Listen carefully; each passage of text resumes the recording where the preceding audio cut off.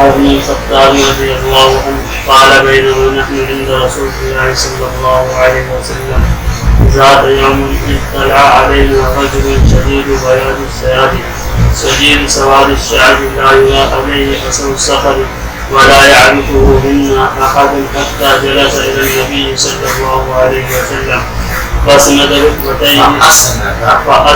ركبتين الى ركبتين ووضع كفيه على فخذيه وقال يا محمد اخبرني عن الاسلام. قال الاسلام أخبرني عن الإسلام. قال الإسلام أن تشهد أن لا إله إلا الله وأن محمدا رسول الله وتقيم الصلاة وتؤتي الزكاة وتصوم رمضان وتحج البيت إن استطعت إليه سبيلا. قال صدقت. فعجبنا له يسأله ويصدقه.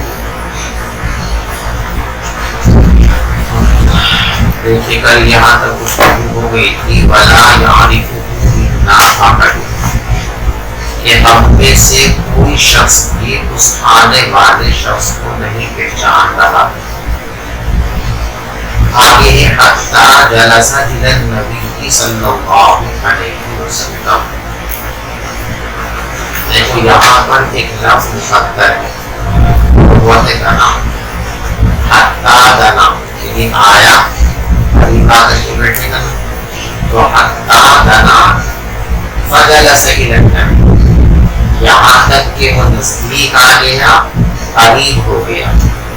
چنانچہ بعض روایتوں میں یہ ہے کہ جبریل امین جب اجنبی آدمی کی صورت میں تشریف لائے تو آپ نے فرمایا السلام علیکم اور اس کے بعد کہا اجنبی کیا میں آپ کے قریب آ سکتا ہوں؟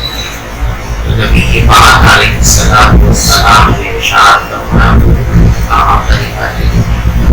چنانچہ وہ قریب آئے. تو یہاں پر دنا مقدر ہے حتی دنا یہاں تک کہ وہ آپ کے نزدیک آ گئے اور پیغمبر علیہ السلام کے پاس بیٹھ گئے. دیکھو الا حتی جلس الی النبی صلی اللہ علیہ وسلم. یہ الا کے مطابق آپ نے شرح تعامل اور دوسری کتابوں کے اندر یہ مطلب ہے کہ الا آیت کے لیے آتا ہے اس کے لیے. لیکن یہاں الا آیت کے لیے نہیں ہے بلکہ یہاں الا بمعنی عند آیت کے لیے اصل اس سے استعمال ہوتا ہے لیکن یہاں آیت کے معنی نہیں ہو سکتے. اس لیے اس کا ترجمہ کیا ہے عند کے معنی حتی جلس الی النبی کہ جلس عند النبی صلی اللہ علیہ وسلم کہ آنے والے شخص نبی پاک علیہ السلام کے پاس آ کر بیٹھ گئے. اگر ہم اس کا ترجمہ آیت والا کریں ترجمہ کیا ہو حتی جلس الی النبی یہاں تک کہ آپ بیٹھ گئے نبی کی طرف. معنی درست ہو گئے. اس لیے الا یہاں آیت کے معنی میں نہیں ہے بلکہ الا اور معنی عند ہے. اور یہ بات شیخ عبدالحق محدث دہلوی رحمۃ اللہ علیہ نے اپنی کتاب زبان التحقیق کے اندر بیان فرمائی ہے کہ یہاں الا کے معنی آیت کے نہیں ہے بلکہ یہاں الا بمعنی عند ہے. عند یا ماں آپ کے پاس بیٹھ گئے یا آپ کے ساتھ بیٹھ گئے. تو یہاں پر الا کا ترجمہ الا یا تو ماں کے معنی پر دلالت کرتا ہے یا عند کے معنی پر یہاں دلالت کرے گا آیت کے معنی پر دلالت نہیں کرے گا. حتی جلس الی النبی صلی اللہ علیہ وسلم یہاں تک کہ وہ شخص نبی پاک علیہ السلام کے پاس بیٹھ گئے. فَأَسْنَدَ رُكْبَتَيْهِ إِلَىٰ رُكْبَتَيْهِ اور ہم نے دونوں گھٹنوں کو ملا دیا نبی پاک علیہ السلام کے دونوں گھٹنوں سے. یعنی آپ انتہائی قریب آ گئے اور یہ اشارہ ہے اس طرح کے متعلق وہ معلم کے نہایت قریب ہر اعتبار سے اس کو طلب دینا چاہیے اور اپنی تمام تر توجہات کو معلم کی طرف مبذول کرنا چاہیے. تمام چیزوں سے ہٹ کر اور ہٹ کر جتنا معلم کے ساتھ ہو جائے گا، معلم کی طرف جتنی توجہ اس کی منتقل ہو جائے گی اتنا ہی اس کے لیے فیض رسانی کا یہ ذریعہ بنے گا، حصول فیض کا ذریعہ بنے گا. یہ بات ظاہر کرنے کے لیے حضرت جبرائیل علیہ السلام نے گھٹنوں سے گھٹنے ملا تاکہ شدت حس اور شدت تعلق اور جوڑ کی طرف اشارہ ہو جائے کہ متعلم اور معلم کے درمیان دونیت ہونی چاہیے. معلم اور متعلم کے درمیان کسی بھی طرح کے فاصلے نہیں ہونے چاہیے، بلکہ تمام فاصلے ختم کر کے ہر اعتبار سے قرب ہونا چاہیے، اس ہونا چاہیے، لگاؤ اور وصل ہونا چاہیے. تبھی حصول فیض اور فیض رسانی کے راستے کھلتے ہیں، تبھی انسان اپنی مقاصد کے اندر کامیاب ہوتا ہے. فَأَسْنَدَ رُكْبَتَيْهِ إِلَىٰ رُكْبَتَيْهِ اور اس شخص نے اپنے دونوں گھٹنوں کو ملا دیا نبی پاک علیہ السلام کے گھٹنوں سے. وَوَضَعَ كَفَّيْهِ عَلَىٰ فَخِذَيْهِ وہ عَلَىٰ فَخِذَيْهِ کے اندر جو یہ ضمیر ہے اس کا مطلب بھی ہو سکتے ہیں، آنے والا وہ شخص بھی ہو سکتا ہے.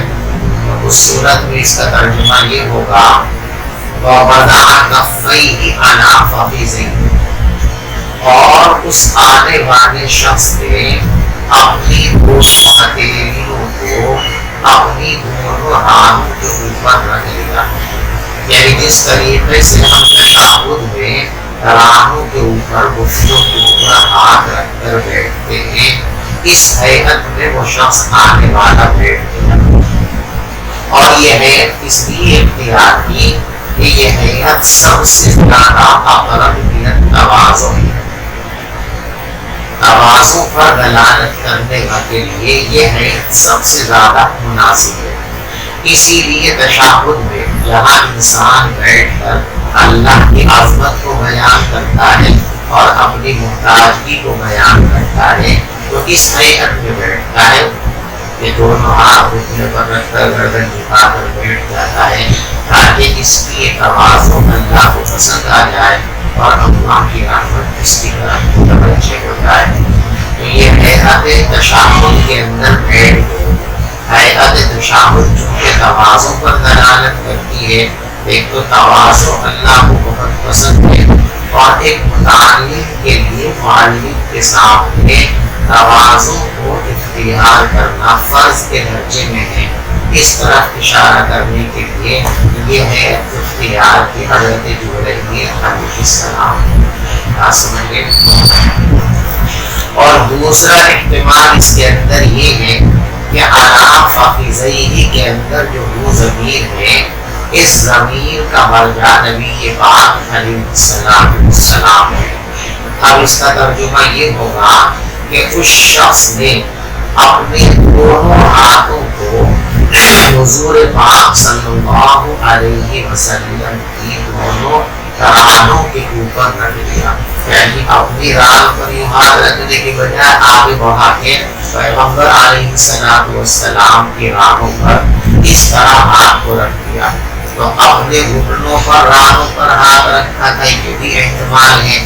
اور نبی پاک علیہ السلام کے گھٹنوں پر رکھا تھا، آپ کی مبارک رانوں کے اوپر ہاتھ رکھا تھا، یہ بھی احتمال ہے. دونوں احتمال، پہلا احتمال تواضع کے لیے ہے اور دوسرا احتمال بے تکلفی اور شدت تعلق کو ظاہر کرنے کے لیے، شدت انس کو ظاہر کرنے کے لیے، یہ بتانے کے لیے کہ استاد اور شاگرد کے درمیان محبت، عظمت اور احترام کا رشتہ تو ہونا چاہیے، لیکن بے تکلف بھی نہیں ہونا چاہیے.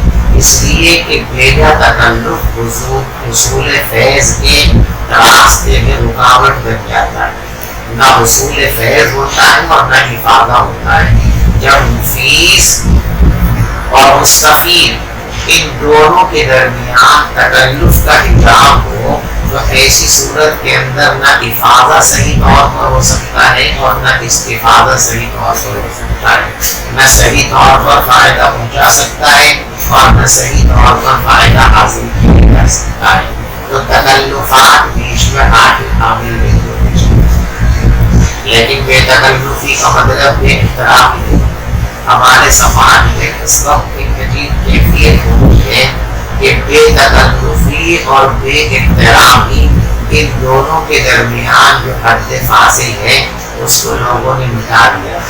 بے تکلف ہوتے ہیں تو بے احترامی کا ارتکاب کر بیٹھتے ہیں، جو مزید رکاوٹ بن جاتا ہے افادے اور استفادے کے۔ تو بے احترامی تو نہیں ہونی چاہیے، لیکن بے تکلفی ہونی چاہیے، محبت ہونی چاہیے، خلوص ہونا چاہیے۔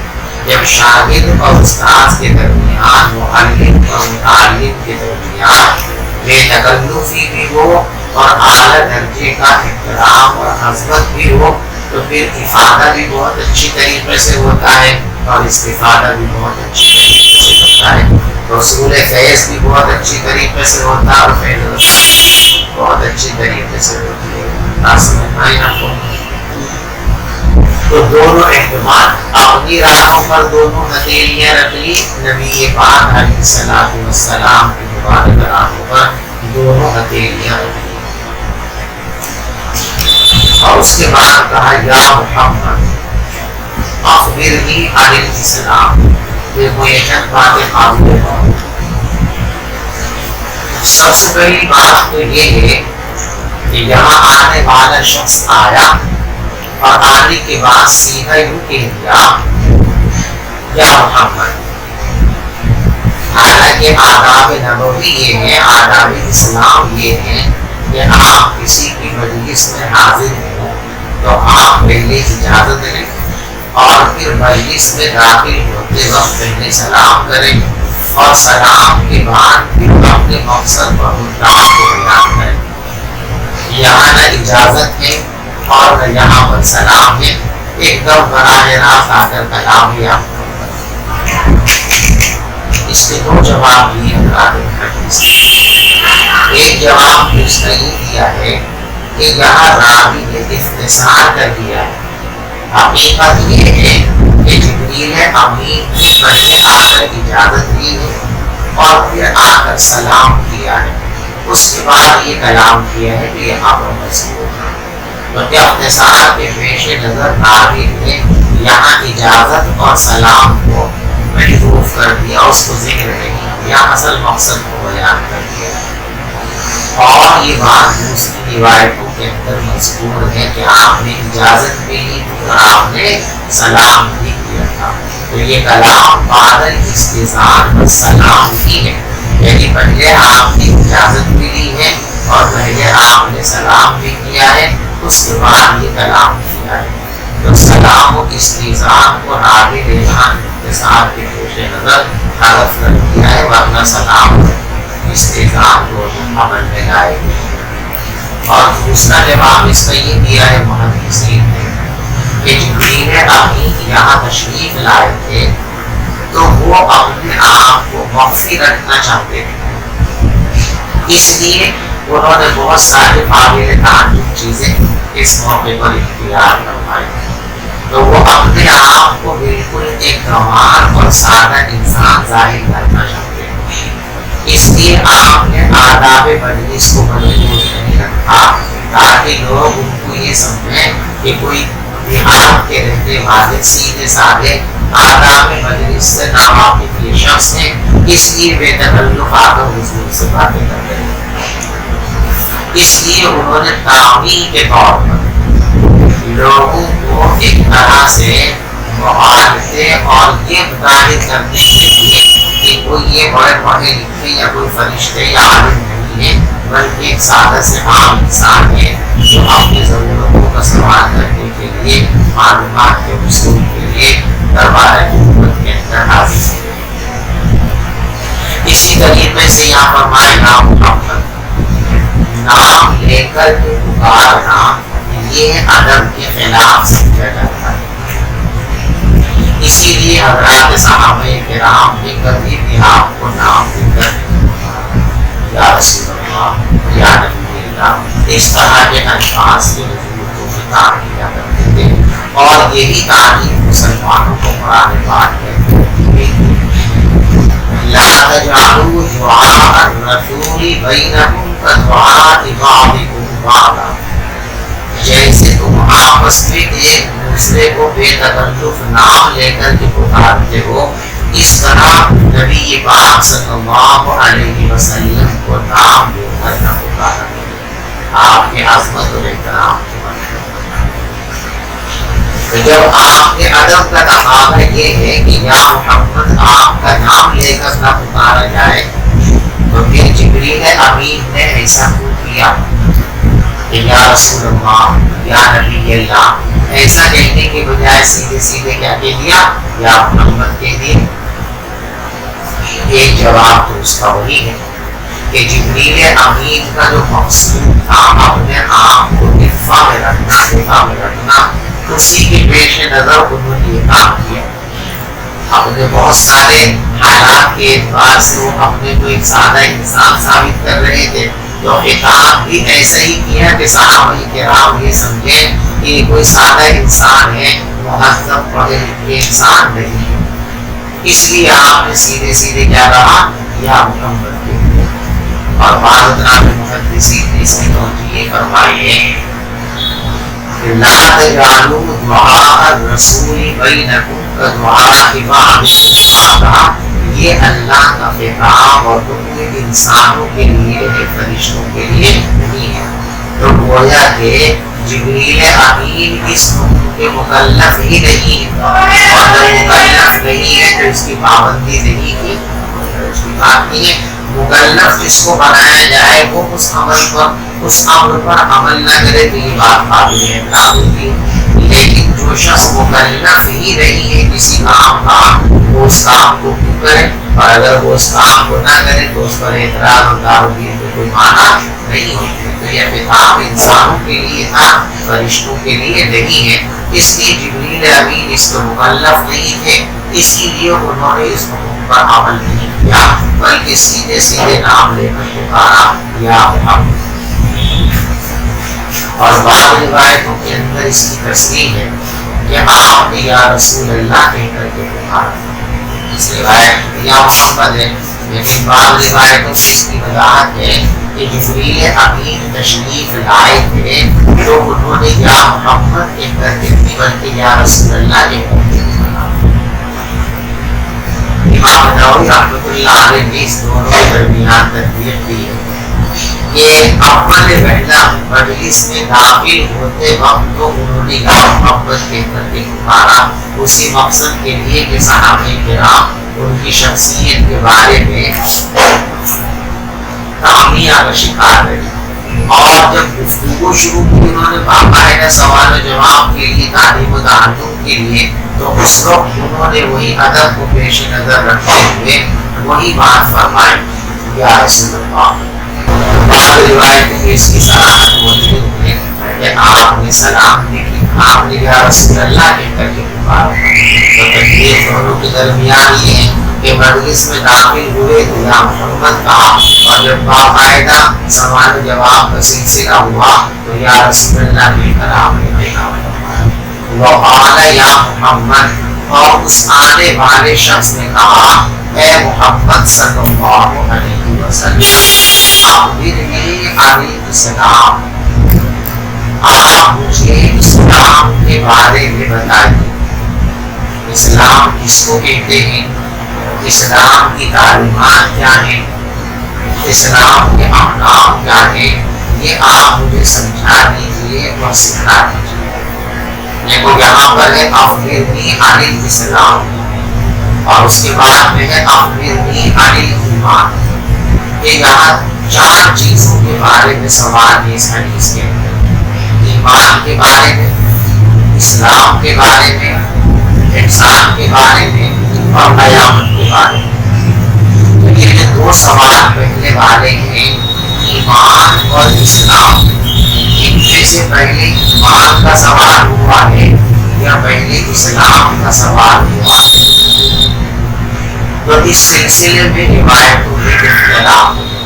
یہاں جو روایت آپ پڑھ رہے ہیں مسلم شریف کی، اس روایت کے اندر پہلے اسلام کے بارے میں سوال درج کیا ہے، یا محمد اخبرنی عن الاسلام، اور اسلام کے بیان کے بعد پھر آگے ہے یا محمد اخبرنی عن الایمان۔ تو پہلے اسلام کے بارے میں سوال ہے اور اس کے بعد ایمان کے بارے میں سوال ہے، لیکن دوسری روایتوں کے اندر اس کے برعکس ہے کہ پہلے ایمان کے بارے میں سوال ہے اور اس کے بعد اسلام کے بارے میں سوال ہے۔ اب یہ سوال پیدا ہو سکتا ہے کہ پھر صحیح کیا ہے، پہلے سوال اسلام کے بارے میں ہوا تھا یا پہلے سوال ایمان کے بارے میں ہوا تھا؟ تو یہ بات ذہن میں رکھیے کہ روایت کو بیان کرتے ہوئے یا کسی بھی واقعے کو بیان کرتے ہوئے اس طرح کا معمولی تصرف ہو جانا یہ واقعے کی صحت یا حدیث کی صحت کو متاثر کرتا ہے۔ ایک واقعہ پیش آتا ہے چند لوگوں کے سامنے، ایک بات چند لوگ سنتے ہیں، جب وہ آگے چل کر اس کو بیان کرتے ہیں تو بات اور واقعے کے اجزاء کی ترتیب میں تھوڑا بہت فرق ہو ہی جاتا ہے۔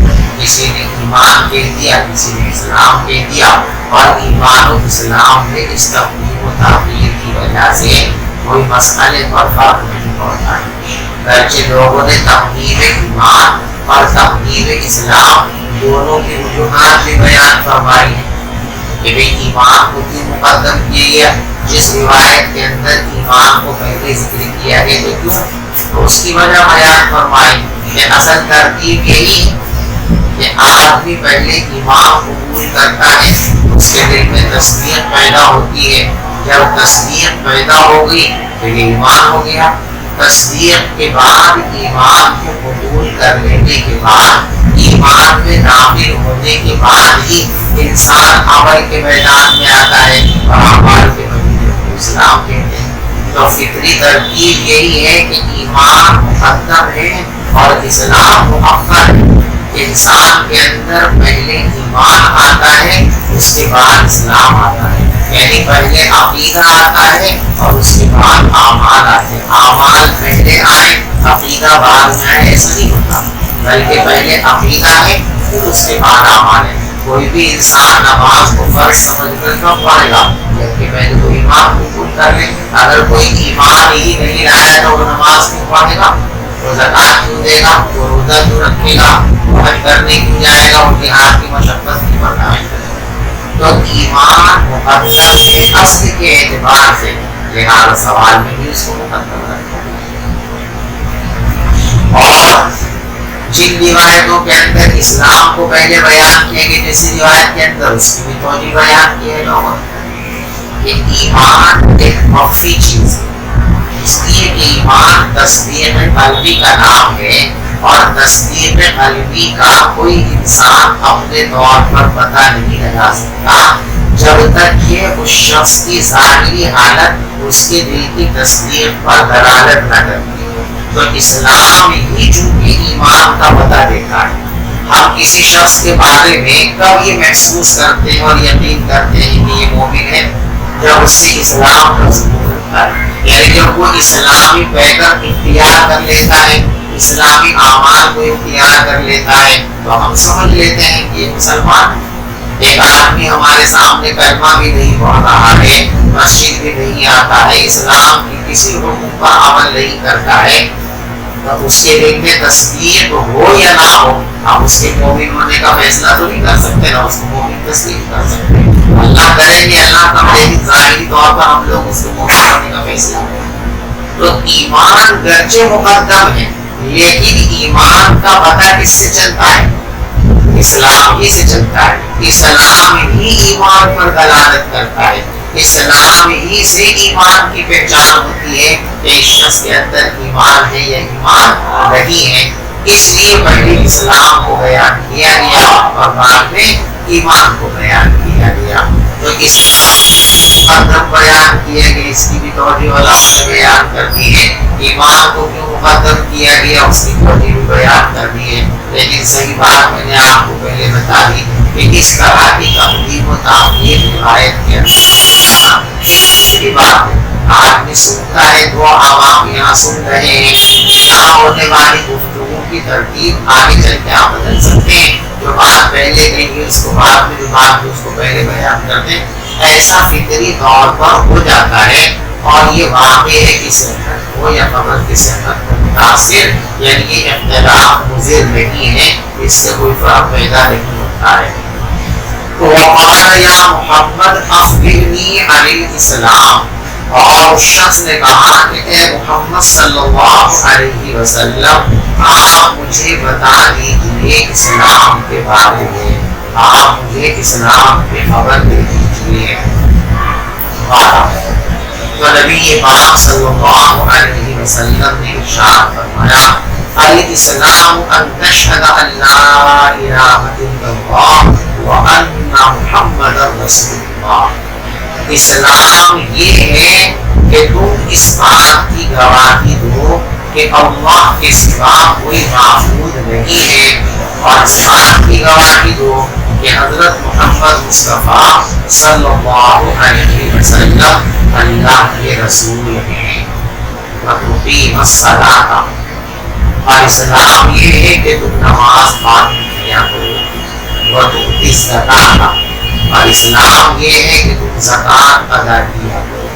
وتصوم رمضان، اور اسلام یہ ہے، حکم اسلام یہ ہے کہ تم رمضان کے روزے رکھا کرو.